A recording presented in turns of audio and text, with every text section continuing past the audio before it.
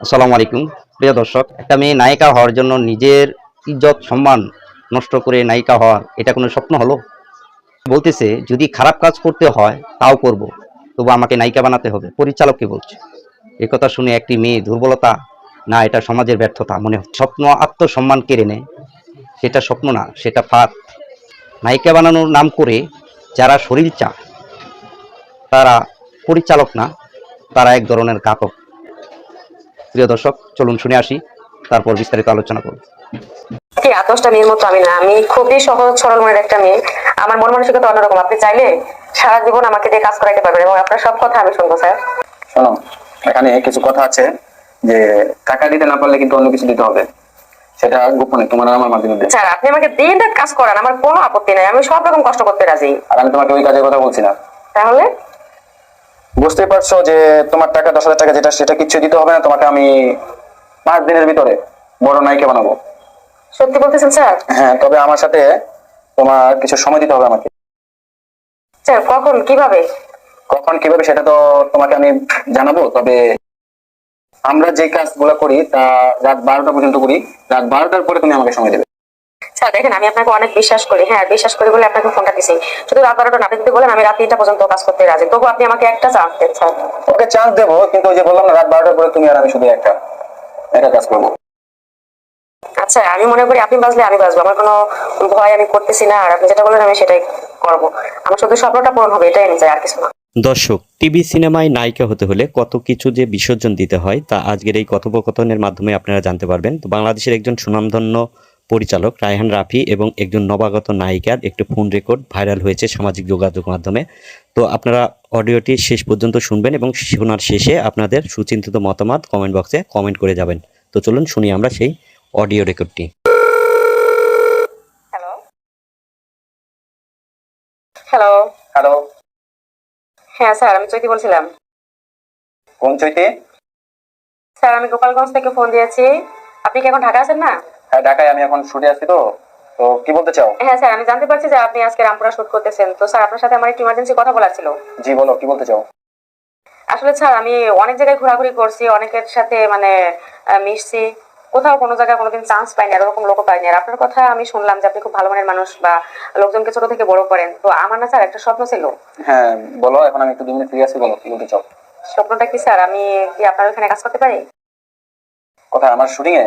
হ্যাঁ। অবশ্যই করতে পারো, কিন্তু এখানে অনেক কথা আছে যা মানে ভেঙে নিতে হবে।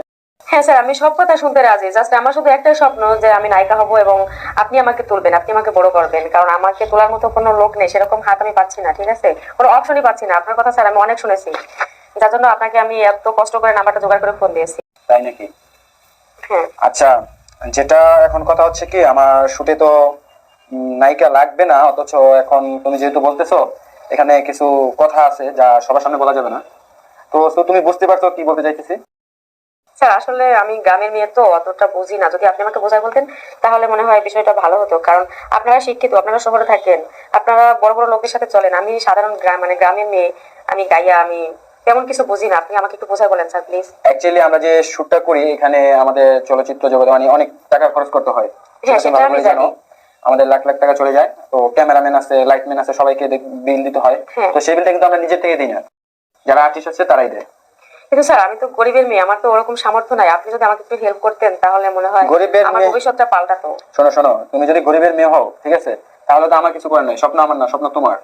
স্যার এখন তুমি আজকে দেখো, গরিব বলে কি আমাদের স্বপ্ন পূরণ হবে না?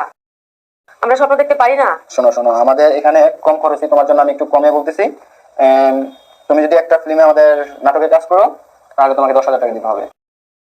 তার মানে আমি টাকা দিয়ে তারপরে কাজ করব? হ্যাঁ। কিন্তু স্যার আমার কাছে তো টাকা পয়সা নেই, আমি কি করে দেবো? এই না, তো জাস্ট আপনার কাছে দয়া চাওয়ার জন্য আপনাকে ফোনটা দিয়েছি। এরকম আমাকে অনেকে বলছে 20,000 দাও, 50,000 দাও, 1 লাখ দাও। কিন্তু সত্য কথা বলতে কি স্যার, আমাদের নুনান্তে পান্তা ফুরায়। 10,000 কেন? আপনি যদি বলেন না, আমি 10 টাকাও দিতে পারবো না। আপনি চাইলে এখন যদি আমাকে বলেন, আমাকে আর আপনার ভাড়ার টাকা দিয়ে ঢাকা শহর নিতে হবে, কারণ আমার কাছে ভাড়ার টাকাটা পর্যন্ত নেই। আপনি বুঝতে পারছেন? আমি তো অত কিছু শুনতে চাই না, তাহলে ফোন রাখো আর এখানে। না না স্যার, স্যার ফোনটা কাটবেন না প্লিজ। আমি অনেক আশা করে আপনাকে ফোন দিচ্ছি স্যার, এরকম করবেন না, আমার স্বপ্নটা ভেঙে যাবে স্যার। এখন কথা ওইটা না, কথা হচ্ছে গিয়ে যে আমরা শুটে যাব। হ্যাঁ, ওই শুটে আমরা আর 3 দিন পর আমরা শুটিং এ আছি। হ্যাঁ, শুটিং এ আছি এখানে। তুমি যদি চাও তাহলে আমি দেখো তোমার একটা কথা তুমি নিজে বলছো 20,000 50,000 টাকা চাইছো অন্য প্রডিউসাররা ডিরেক্টররা, কিন্তু আমি তোমার জন্য দেখছো কত স্যাক্রিফাইস করেছি 10,000 টাকা। কিন্তু স্যার আমি মনে করছিলাম আপনি আমাকে ফ্রি কাজটা করাবেন, সেটা যে কিছুর বিনিময়ে হোক না কেন, আমি শুধু আমার স্বপ্নটা পূরণ করতে চাই। আপনি আমাকে যা বলবেন আমি তাই শুনবো স্যার। তুমি তো সেলিব্রিটি না যে তোমাকে আমি ফ্রি কাজ করাবো। স্যার সেলিব্রিটি যদিও না, কিন্তু আশা তো আছে একদিন হবো, সেটা আপনাদের মাধ্যমেই হবো। সেই চান্সটা যদি আপনারা আমাদেরকে না দেন, আমরা তো গ্রামে থেকে যাবো, আমাদের ভিতরে প্রতিভাটা কখনোই আপনারা তুলে ধরতে চান না। এরকম অনেকেই বলে, অনেকেই সেলিব্রিটি, ঠিক আছে, প্রথমে বলে যে স্যার আপনারা আমাদেরকে, আমি সেলিব্রিটি হলে আপনার সব কাজ করবো, আপনার সব কথা শুনবো, এগুলো অনেকেই বলে, এগুলো ফাঁকিবাজি, এগুলো আমাদের সাথে এখন আর চলে না। স্যার বলতেছিলাম কি, 8-10টা মেয়ের মতো আমি না, আমি খুবই সহজ সরল মনের একটা মেয়ে, আমার মন মানসিকতা অন্যরকম। আপনি চাইলে সারা জীবন আমাকে দিয়ে কাজ করাইতে পারবেন এবং আপনার সব কথা আমি শুনবো স্যার। শোনো, এখানে কিছু কথা আছে যে টাকা দিতে না পারলে কিন্তু অন্য কিছু দিতে হবে, সেটা গোপনে তোমার আর আমার মাধ্যমে। স্যার আপনি আমাকে দিন রাত কাজ করান, আমার কোনো আপত্তি নাই, আমি সব রকম কষ্ট করতে রাজি। আর আমি তোমাকে ওই কাজের কথা বলছি না। তাহলে বুঝতে পারছো যে তোমার টাকা 10,000 টাকা যেটা, সেটা কিচ্ছু দিতে হবে না তোমাকে, আমি 5 দিনের ভিতরে বড় নায়িকা বানাবো। সত্যি বলতেছেন স্যার? হ্যাঁ, তবে আমার সাথে তোমার কিছু সময় দিতে হবে আমাকে। স্যার কখন কিভাবে? কখন কিভাবে সেটা তো তোমাকে আমি জানাবো, তবে আমরা যে কাজগুলো করি তা রাত 12টা পর্যন্ত করি, রাত 12টার পরে তুমি আমাকে সময় দেবে। স্যার দেখেন, আমি আপনাকে অনেক বিশ্বাস করি, হ্যাঁ বিশ্বাস করি বলে আপনাকে ফোনটা দিছি। শুধু রাত 12টা না, আপনি যদি বলেন আমি রাত 3টা পর্যন্ত কাজ করতে রাজি, তবু আপনি আমাকে একটা চান্স দেন স্যার। ওকে চান্স দেবো, কিন্তু ওই যে বললাম না রাত 12টার পরে তুমি আর আমি শুধু একা কাজ করবো। আচ্ছা আমি মনে করি আপনি বাজলে আমি বাজবো, আমার কোনো ভয় আমি করতেছি না, আর আপনি যেটা বলেন আমি সেটাই করবো। আমার শুধু স্বপ্নটা পূরণ হবে এটাই আমি চাই। আর হ্যাঁ, স্বপ্নটা পূরণ হবে সেটা না, তুমি বুঝতে পারছো আমি কিসের কথা বলছি? না স্যার এখনো বুঝি নাই। এই জন্যই বলি গায়ের মেয়েরা গাইয়া বুঝ, ঠিক আছে? স্যার এরকম ভাবে বলবেন না। ভাই তোমাকে দিয়ে হবে না, তুমি ফোন রাখো। না না না স্যার, আমি জাস্ট একটা বার শুধু চান্স আছে স্যার, আপনি যদি দয়া না করেন আমার মনে হয় না আমি আর কোথাও কার কাছে যাই এই জায়গাটা নিতে পারবো বা কথা বলতে পারবো। কারণ আপনি আমার সাথে 5 মিনিট 10 মিনিট কথা বলেন, অন্যান্য প্রডিউসার আছে যারা আমার ফোনটা রিসিভ করে বলে চিনি না, কথা বলে না সাধারণ, অনেক কষ্ট হয় আমার। যাই হোক, ঠিক আছে, তোমার কথা আমি রাখতে পারি, একটা শর্ত, সেটা হচ্ছে তুমি আমার সাথে রাত 12টার পর রাত্রে বেড শেয়ার করবা, আমার সাথে ঘুমাবা, আমাকে একটু আদর যত্ন করবা, আমার একটু খেয়াল। স্যার আমি আপনার সমস্ত সেবা যত্ন করতে রাজি, শুধু আপনি আমার একবার আসতে বলেন। ঠিক আছে, তুমি আমার খেয়াল রাখলেই চলবে, খেয়ালের ভিতরে কিছু মজা টজা দিতে হবে কিন্তু। আচ্ছা আমি আপনার সমস্ত কথায় রাজি, তো আমি শুটিং এ কবে আসতে? এই তো আগামী 25 তারিখ আমাদের শুটিং আছে, তো আজকে তো আর 3 দিন শুট করবো। এই শুটিং এ তো তোমাকে কাজে দেওয়া যাচ্ছে না, এটা নর্মাল শুট হচ্ছে।